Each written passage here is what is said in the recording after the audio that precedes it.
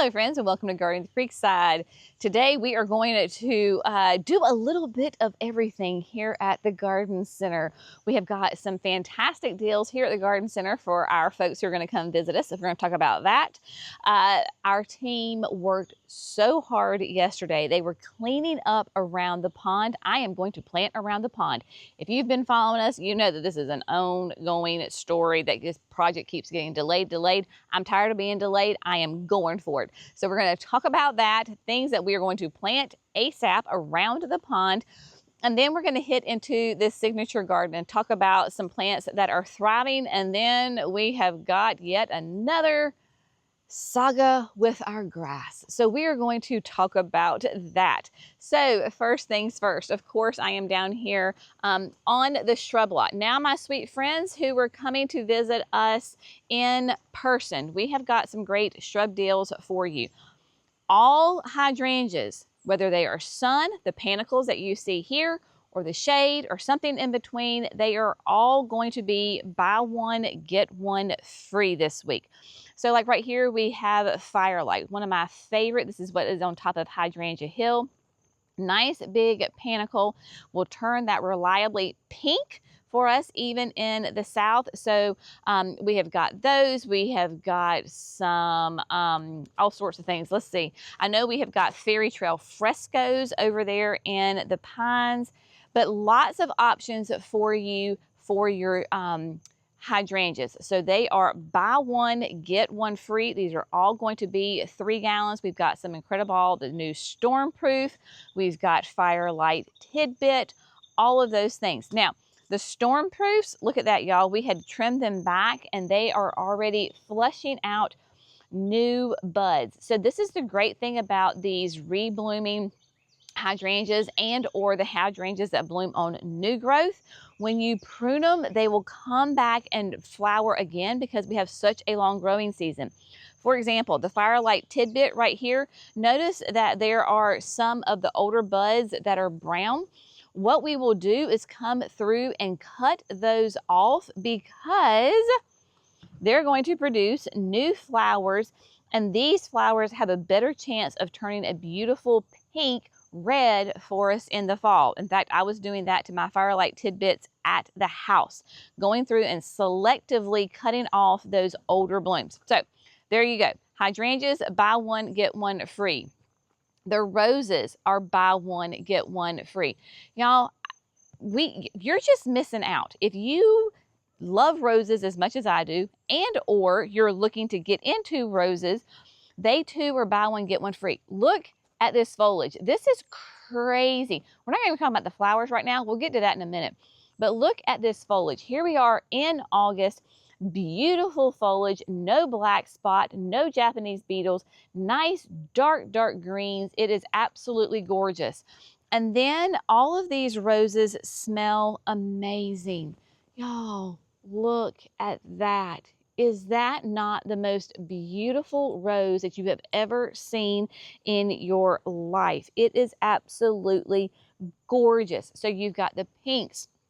We have got yellows over here.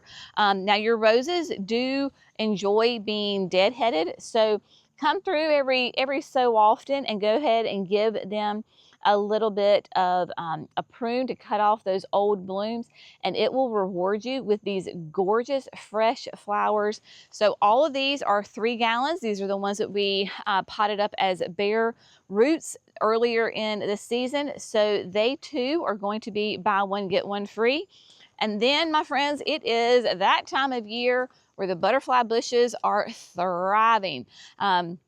Even on this cloudy, slight cooler morning here, the pollinators are already coming out. I see a couple of little small butterflies. We have got some bees over here. You've got the brand new Pugster sorbets. These are, of course, there's nice petite. Then you've got Pugster Pinker, one of my all-time favorites. There's a little bit bigger sizes of the mist. You've got Pugster Blue, and then we've got a couple of Amethyst and Pico Punch. You absolutely can add butterfly bushes to your landscape right now. I did it just the other day. with some of the little taffy. So we've got the butterfly candies here as well. So you can absolutely, butterfly bushes thrive in the heat of the late summer and support those pollinators.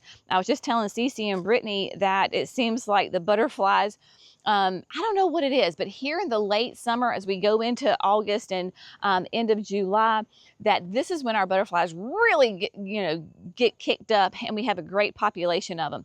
So add them now. Of course, you're going to have to watch them the first couple of weeks, make sure they get adequate water, but this is a great time to add them. If you want to take advantage of the sale for the hydrangeas, but you don't want to plant them yet, y'all, just do what I do. Stick them in your stash. As long as you keep them watered, put a little saucer underneath them, that will help. And then once the temperatures cool off, then you can go ahead and plant them. You can plant them now. You're just going to have to really, really pay attention to them, especially your panicles out there in the sun.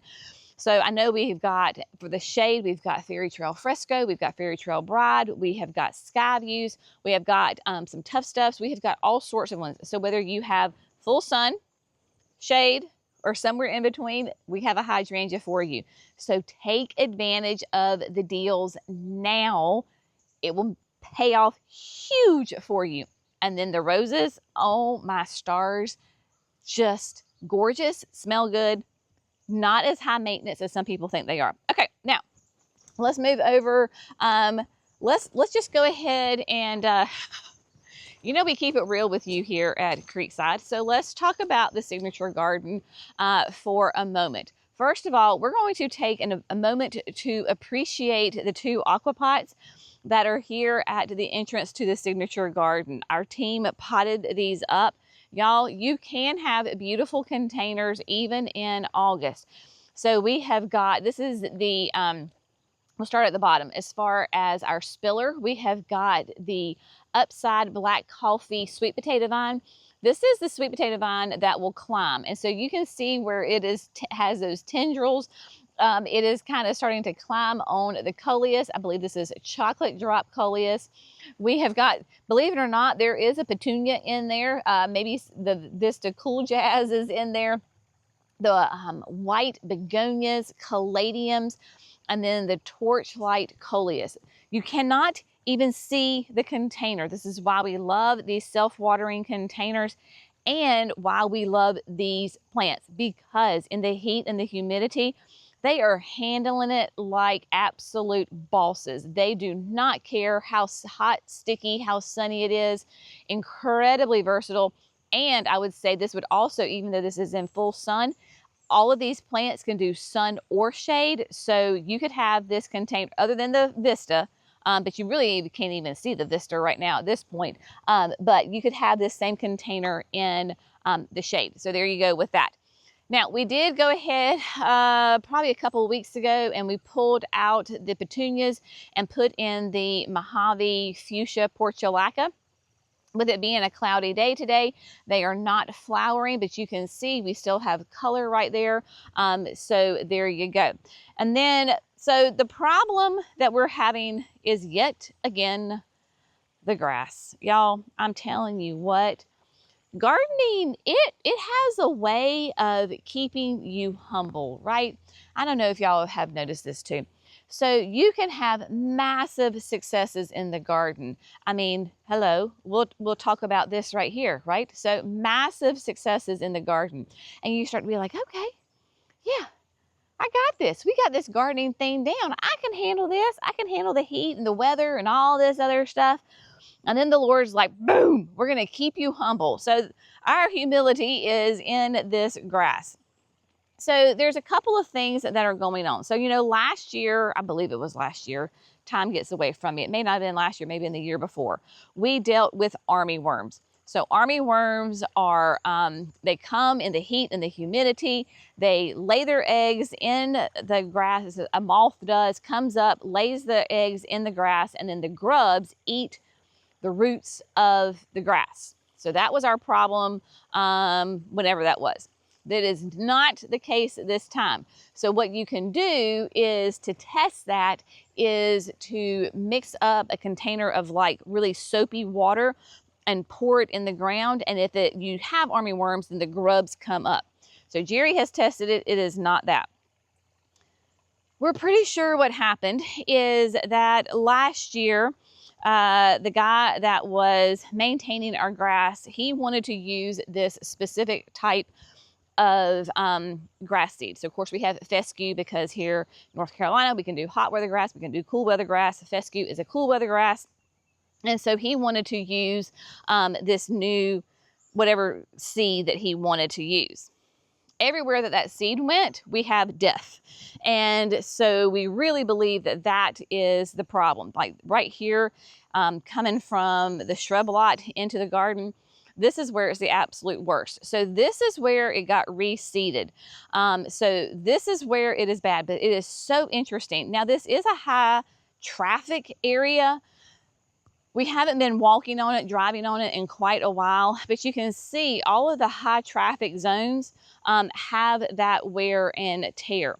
But what's so interesting, my friends, is there is like an absolute visible line where the death is, and then look out there on the field, right? Absolutely great and glorious, beautiful green. So we have a new company that is maintaining the grass as far as the mowing, all the treatments, and all of that other stuff. And so the new folks, they have a plan. And so when we were talking with them and discussing all of these problems, the fella said, give me 1 year to turn it around. So that is what we are going to do.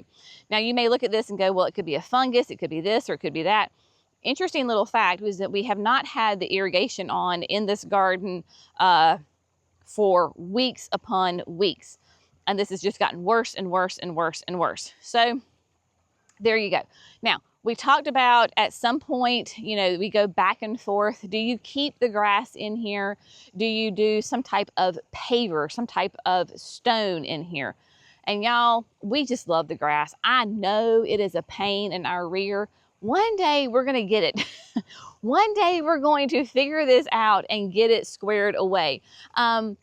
So there's that. And also there is the absolute, like I cannot even begin to imagine what the cost would be in materials, but more importantly in labor to pave this entire garden. Like even just like the high traffic areas here in the interior of the garden, like we're just not going to go there. So anyway, so that is the deal with the grass. We will probably begin the grass renovation with just go ahead and any of the areas that maybe have some kind of weed in here that we don't want, which really we don't have that problem. There's not like Bermuda. There's a rogue weed here or there, but overall that part is not the problem. So if there's any of those guys, we'll just go ahead and zap those, kill those. And then the main thing is going to be, there's also a hummingbird on the fuchsia. I don't know if you can see her. She's on the back side of the fuchsias. But we'll really aerate the soil really, really well. Oh, she's sitting. Can y'all see her? I don't know if you can see her. She's sitting on the salvia. I don't want to get too close because she'll fly off, but sweet little hummingbird just hanging out on the salvia. She's looking to see if there's any other birds that are coming. And so, okay, we're gonna watch her, and I'm gonna talk about the grass. So what we will do is come through and aerate really, really heavily. So when you aerate, basically what you're doing is punching holes into the soil. So there's these special machines that come through and punch these nice big plugs into the ground. And then that creates, one, it provides air. That's why it's called aeration. So you get the aeration in there, so you get air into your soil, helps loosen it up a little bit, but it also provides the perfect pocket for the grass seed and the fertilizer. So because it is a fescue and being a cool weather grass, then We will begin this in September. So September, October, hopefully, fingers crossed, that we will get some good natural rain in those areas that are not irrigated. And so that will really promote that great growth. Then over the winter, in those cooler months, maybe the top growth is not happening, but all the roots are really, really going to town. So that way in the spring, it hits the ground running. So if you are a person who has a fescue grass, you need to go ahead and start thinking about that the fall is the time to plug, seed, aerate your grass. We want to do fescue in the fall. If you have hot weather grass, Bermuda, zoysia, centipede, then you do that in the spring going into the summer. So there we go. That is the update on the grass there. Now, again, if you've followed us for any length of time, you know that this pond, bless its little heart, y'all, we have talked about this for years and years about doing this pond. And this is a natural spring-fed pond. We literally have to have this pond here because if we do not have this pond, then the entire garden center area would become a swamp. Even in the most drought of times, this pond level never goes down. It is the most amazing thing. It is a clay bottom pond. We do not have any kind of filtration in it. We do like literally nothing. It is a hole in the ground that captures the spring that is underneath the holly tree. And so we have, when we first developed the garden center and we're planning on this, we had the pond dug out so that we could work this land. We have looked many times and talked about many times renovating this pond. Do we make it bigger? Do we make it deeper? Do we add a fountain? Do we add a water feature? Ultimately, it would be amazing. I would love to do this, is back here in the woods, kind of in the shadier area, directly kind of in front of where I'm filming. I would love to have some sort of like water feature, right? So kind of mimicking the Blue Ridge Mountains of a stream coming out of the woods and the hill and then coming down and emptying into the pond and, you know, just give it that really cool natural feel because just the property itself lends it to that. A couple of years ago, we had it quoted for that exact kind of thing. And y'all, when I tell you that the price tag was obscene, it was obscene. And I was just like, we were getting ready to send Emily to college. And I was like, that is more than a whole 4 years college tuition. And we just could not do it. And it just didn't make sense to do it financially. And so we, you know, have kind of abandoned that idea a little bit. I do think, Jared, we could do it ourselves, but you know how that is, right? Time and all the things. So I have waited long enough and so to build gardens around this pond. So I am just going for it. If we ever decide to do a renovation to the pond, we will dig up the plants and move them. We have the equipment, we have the means, and we can do that. So yesterday, our team came through and really cleaned up the entire area around the pond, and it looks fantastic. So y'all were with me. Gosh, I think it was like last year in the fall. I had come over here to the sunnier area and planted some irises. And so our team came in, got all of that cleaned up, put some mulch around it. So the irises are really showing right now. And of course, this is not their bloom time, but they are nice and protected. And so they can come and cut the grass and all of that and maintain this area. Any of the grasses or the ferns that you see that are growing along the creek bank, those are complete natural volunteers, right? We have not planted anything along the creek, along the pond, other than those irises. So you can see that we have these natural divots where the rocks have kind of fallen in. And so we have these areas. This is where I'm going to have some fun. Cece and I have been talking about it. We have some great ideas and we are going to come in here and begin planting and creating gardens all around the pond. So obviously we're going to go and use those plants, shrubs, perennials, and annuals. Probably hold off on the annuals right now because we're such at the end of the growing season. If anything, maybe I'll put some coffee cups over here because they could be a perennial. But we're really going to focus on like shrubs and perennials right now that love the water. So what are those plants? Your perennial hibiscus. Perennial hibiscus love to be in those damp conditions. They are technically could be a bog plant. So we could plant them either in the grass. I could plant them right here at the edge so that their roots go to the water. So you have that. You have got like the button bushes. Those are great native shrubs that love those damp conditions. We could do summer sweets. We could do sarcococcas over in the shade, because that's another great thing about this pond area is that you have those areas like where the irises are down here to the far end on the right side. This is considered full sun. And then as you move around, you start to go into like part sun, part shade conditions. And then all the way up here at the base of the holly tree, then this is where we're getting into those nice shaded areas. So you can see that we've got some native volunteer ferns that are growing. These are native lady ferns. So we've got a couple on this side of the pond, and then we have got a big, beautiful one to the far end of the pond.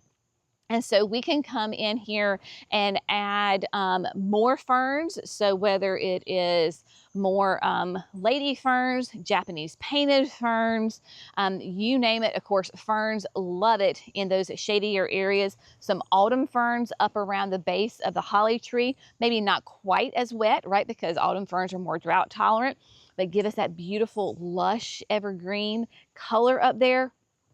Makes me so happy. And then there is a new introduction of a carex from our friends at Walter's Gardens and Proven Winners that is going to be coming out next year. So we have got, I think, 5 quarts of those that are doing really, really well. And they want to be in those shadier, damper conditions. Nice, big, wide, kind of variegated foliage on them. So this would be a perfect spot to add them. I mean, it's just like the possibilities are absolutely endless. And so we are just going to bite the bullet and we're going to go for it and have fun doing it. So of course we will bring you along for the ride. It's not going to be like, it's going to be a bits by bits, right? So as we get the plants, as the plants are ready, then we will begin adding them to this space. Like, so for example, we have 3 new perennial hibiscus introductions from Proven Winners that will be coming out next year. This would be a great spot to add them. And they're not going to be super tall hibiscus, so they're going to be a little bit more in that petite size. So that would be a really good option, because I don't want to put tall things here because I still want you to be able to see the pond, but we just want to accent it and have lots of fun. So as always, y'all have some of the absolute best ideas with plants and everything. So I would love it. Put it in the comments. What do we need to add to this space? I'm thinking depending on where we are around the pond. So like, for example, like right here, this is the most narrow space and we still have to get machinery through here. So this side of the flower bed will be smaller because I don't have I can't come out like 5 feet from the pond because I still got to be able to drive something through here. But as you work your way around and as we go around to the far side there at the woods, like we could completely eliminate that grass and have that just all as a bed.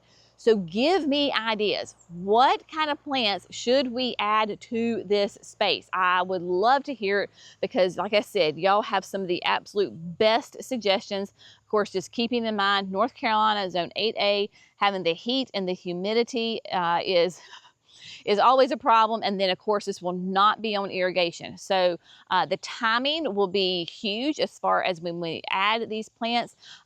So going into the fall, we'll focus on those cool weather plants. And then come summer, spring next year, then we can add the annuals or the perennials that really thrive and have their great strong root growth in the wintertime, the summertime. So that is just something to think about. So there's always messes, successes. That is life, right? I mean, I tell you, always is life. I do want to give you a quick little update while we're standing here. Remember a couple of weeks ago, I was talking about some of the struggles we were having, and the vermillionaire was getting annihilated by the Japanese beetles. So Cece and the team came through and gave it the good old Chelsea chop. I mean, just cut them back by half, took all of that foliage off. The Japanese beetles are gone. We just see maybe one or two here and there. Look how beautiful this has flushed back out. So we're starting to get some buds. So they're going to be full and filled with flowers here before we know it, like coming down here. But just look how thick they are. So don't be afraid, my friends, to trim it. If something is wrong with it, just go ahead and give it a good whack. I mean, there you go.